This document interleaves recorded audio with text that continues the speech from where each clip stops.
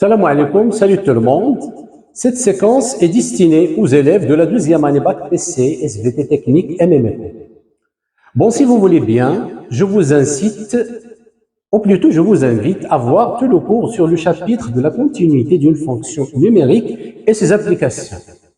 L'objet de cette première vidéo, bien cette séance, c'est d'expliquer, ensuite définir ce qui est une fonction continue en un point et sur un intervalle. Pour bien comprendre, je vous propose deux manières d'explication. Une explication intuitive basée sur tout ce qui est graphique, et l'autre explication mathématique, disons un peu plus théorique. C'est parti, et voici une première explication intuitive graphique de ce qu'est une fonction continue. Pour cela, prenons cet exemple. Donc, imaginons que tu vas faire une balade à vélo en escaladant une montagne et que le parcours choisi est d'un point de départ E vers un point d'arrivée F, sachant que la distance entre les deux endroits E et F est approximativement égale à 500 mètres. Chacune des quatre représentations graphiques illustre le chemin de ce parcours. Ma question, parmi ces quatre trajets, bien itinéraires, lesquels tu choisiras comme étant le parcours idéal de votre balade. Donc évidemment, vous allez choisir le circuit ou bien l'itinéraire représenté dans la figure 2. Ou bien celui de la figure 1. Pourquoi? Pour quelle raison? Puisqu'il n'y a aucun empêchement, il n'y a aucun obstacle, il n'y a aucun empêchement qui va vous empêcher de continuer votre route du point E au point F. Du point E au point F. Par conséquent, ces deux itinéraires, ils sont bien adaptés pour réaliser ce parcours. Donc, par contre, dans les figures 3 et 4, qu'est-ce que vous constatez? Donc, on remarque que l'itinéraire ou bien le trajet présente ici, dans cet endroit-là, une rupture. Pareil pour la figure 4. Donc, une rupture sous forme de quoi? Sous forme d'une faille. Donc, qu'est-ce que c'est qu'une faille? Tout simplement une cassure due à un phénomène naturel. Et dans certains cas, ça peut être un trou. Donc, vu ces circonstances-là, il vaut mieux de ne pas les surmonter. Donc, pour enrichir et consolider ce qui a été mentionné jusqu'à présent, je vous propose un deuxième exemple. Donc, soit f est une fonction définie sur un intervalle i,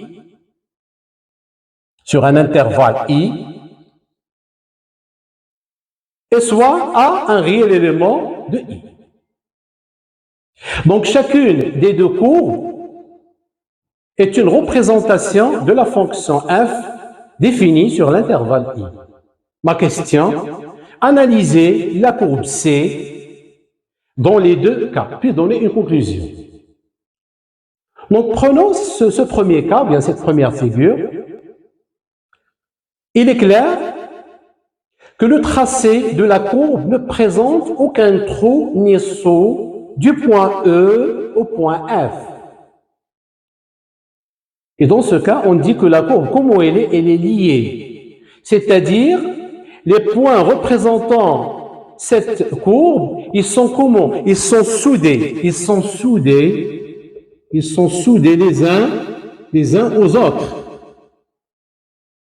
Donc, si vous mettez votre stylo sur ce point-là, ou bien vous placez votre doigt sur ce point-là, c'est-à-dire le point E, vous pouvez suivre facilement le tracé de la courbe C, sans lever le crayon. Dans ce cas, on dit que la fonction f est continue en tout point de l'intervalle i. Autrement dit, f est continue sur l'intervalle i. Et puisque a un élément de i, alors f est continue en un point d'abscisse a. Et continue en un point d'abscisse a. f est continue en un point d'abscisse A. En général, dire qu'une fonction est continue sur un intervalle, tel intervalle, si elle est continue en tout point de cet intervalle. En revanche, qu'est-ce que vous constatez dans ce deuxième cas? Donc, on remarque l'existence d'un espace vide dû à une séparation, bien une interruption de la courbe au point d'abscisse A. Donc, la courbe présente au point d'abscisse A, la courbe comme elle est discontinue au point d'abscisse A. Très bien. Donc, si vous mettez votre stylo ici, sur ce point-là, vous pouvez suivre le tracé de la courbe sans lever le crayon. Juste en arrivant à ce point-là, qu'est-ce que je dois faire? Je suis obligé de lever le crayon. Pour faire quoi? Pour finir la représentation graphique de la fonction f. Autrement dit, en arrivant à ce point-là, je suis obligé de faire quoi? De faire un saut, On dit qu'on est en situation de saut. Et dans ce cas, on dit que f est discontinu au point d'abscisse A, ou tout simplement f n'est pas continu en A. Donc, puisque f n'est pas continu en un point d'abscisse A, alors il n'est pas continu en tout point A de I. Par conséquent, f est discontinu sur l'intervalle I. Faites attention, f n'est pas continu sur l'intervalle I, mais ce n'est pas autant qu'il n'est pas continu sur un autre intervalle. Pourquoi? Puisqu'il est continu sur cet intervalle-là, c'est-à-dire l'intervalle I1. Et puisqu'il est continu aussi sur l'intervalle I2. Et comme vous le voyez bien, les deux intervalles, I1 et I2, font partie de l'intervalle I. Ils sont tous les deux inclus dans I. Sans oublier que l'intervalle I2, c'est quoi? C'est l'intervalle fermé, l'intervalle I1, je m'excuse. C'est quoi? C'est l'intervalle fermé XEA. Avec XE, c'est quoi? C'est l'abscisse du point E. Et que l'intervalle I2, ce n'est que l'intervalle semi-fermé A, XF, dont XF, c'est l'abscisse du point F. On va voir, Inch'Allah, pourquoi ce réel A est inclus dans cet intervalle-là et pour quelle raison elle est exclue dans celui-là. Très bien. Très facile à comprendre intuitivement. Maintenant, expliquons ce qui est une fonction continue en un point, mais cette fois-ci de manière un peu plus théorique. Pour cela, on passe à l'énoncé de la définition de la continuité d'une fonction en un point. Donc, soit f est une fonction définie sur un intervalle ouvert I, bien sûr, I est une partie de R, et que x0 appartient à I. Dire que f est continu en x0, bien au point d'abscisse x0, si la limite de f de x lorsque x tend vers x0 égale à l'image de x0 par f, c'est-à-dire f de x0. On dit que f est continu à gauche en x0 si la limite de f de x lorsque x tend vers x0 par valeur inférieure, ou bien à gauche de x0, égale à f de x0. Dire aussi que f est continu à droite en x0 si la limite de f de x lorsque x tend vers x0 par valeur supérieure, ou bien à droite de x0, égale à f de x0. Et on va voir cette fameuse propriété. F est continu en x0 si f est continu à gauche et à droite en x0.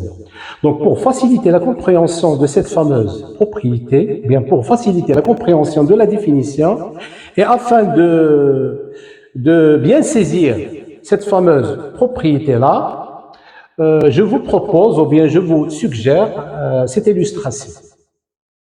Donc, soit c'est la courbe représentative d'une fonction f définie sur un intervalle i avec x0, un réel élément de i. Alors, si je prends une variable réelle x ici, à gauche de x0, et que je calcule son image par f, c'est-à-dire f de x, lorsque x s'approche de x0, vers quoi va tendre l'image de x par f, c'est-à-dire f de x, vers quoi va tendre f de x? C'est-à-dire, on va voir le comportement de f de x lorsque x se met à tendre vers x0. Donc, lorsque x s'approche de x0, on voit bien que f de x s'approche de f de x0. Plus x est suffisamment proche, c'est-à-dire très voisin de x0, plus f de x est suffisamment proche de f de x0. À la fin, lorsque x est quasiment égal à x0, lorsque x atteint x0, f de x atteint f de x0, et ceci se traduit par ça, la limite de f de x lorsque x tend vers x0, à gauche de x0, égale à f de x0. Et en se référant à la définition, f est continu à gauche en x0. Même chose, si je prends une variable réelle x ici, mais cette fois-ci à droite de x0, et que je calcule de la même façon, et que je calcule son image par f, c'est-à-dire f de x, lorsque x s'approche de x0 par valeur supérieure, droite de x0, f de x s'approche de f de x0. Plus x est suffisamment proche de x0, plus f de x est suffisamment proche de f de x0. À la fin, lorsque x atteint x0, f de x atteint f de x0. Et ceci se convertit par le fait que la limite de f de x, lorsque x tend vers x0 par valeur supérieure à x0, égale à f de x0. Donc, si je me réfère à la définition, on est sûr que f est continu à droite en x0. Donc, f est continu à droite et à gauche en x0. F est continu à droite et à gauche en x0. Alors, f est continu en x0. Très bien. Donc maintenant, pour bien se fixer les idées, expliquons autrement. Donc on a déjà dit que au fur et à mesure que x se met à tendre vers x0 des deux côtés, on remarque que ces points-là, qu'est-ce qu'ils vont faire? Ils vont s'approcher du point M. Ils vont s'approcher du point M. Et comme ça, f de x s'approche de f de x0. À la fin, lorsque x atteint x0, que ce soit à gauche ou bien à droite, lorsque x atteint x0, la courbe recolle, la courbe est un ensemble de points. La courbe recolle ici ce point M. Et comme ça, f de x atteint f de x0. Et ceci se traduit par le fait que la limite de f de x lorsque x tend vers x0 égale à f de x0. Donc, ce qui ne laisse aucun doute, de dire que notre fonction f est continue au point d'abscisse x0. Donc avant de terminer, ou bien avant de mettre fin à cette séance, j'aimerais bien vous informer que la prochaine vidéo sera consacrée aux différentes, ou bien aux différentes formes de discontinuité qui peuvent être présentes sur la courbe représentative d'une fonction. Très bien.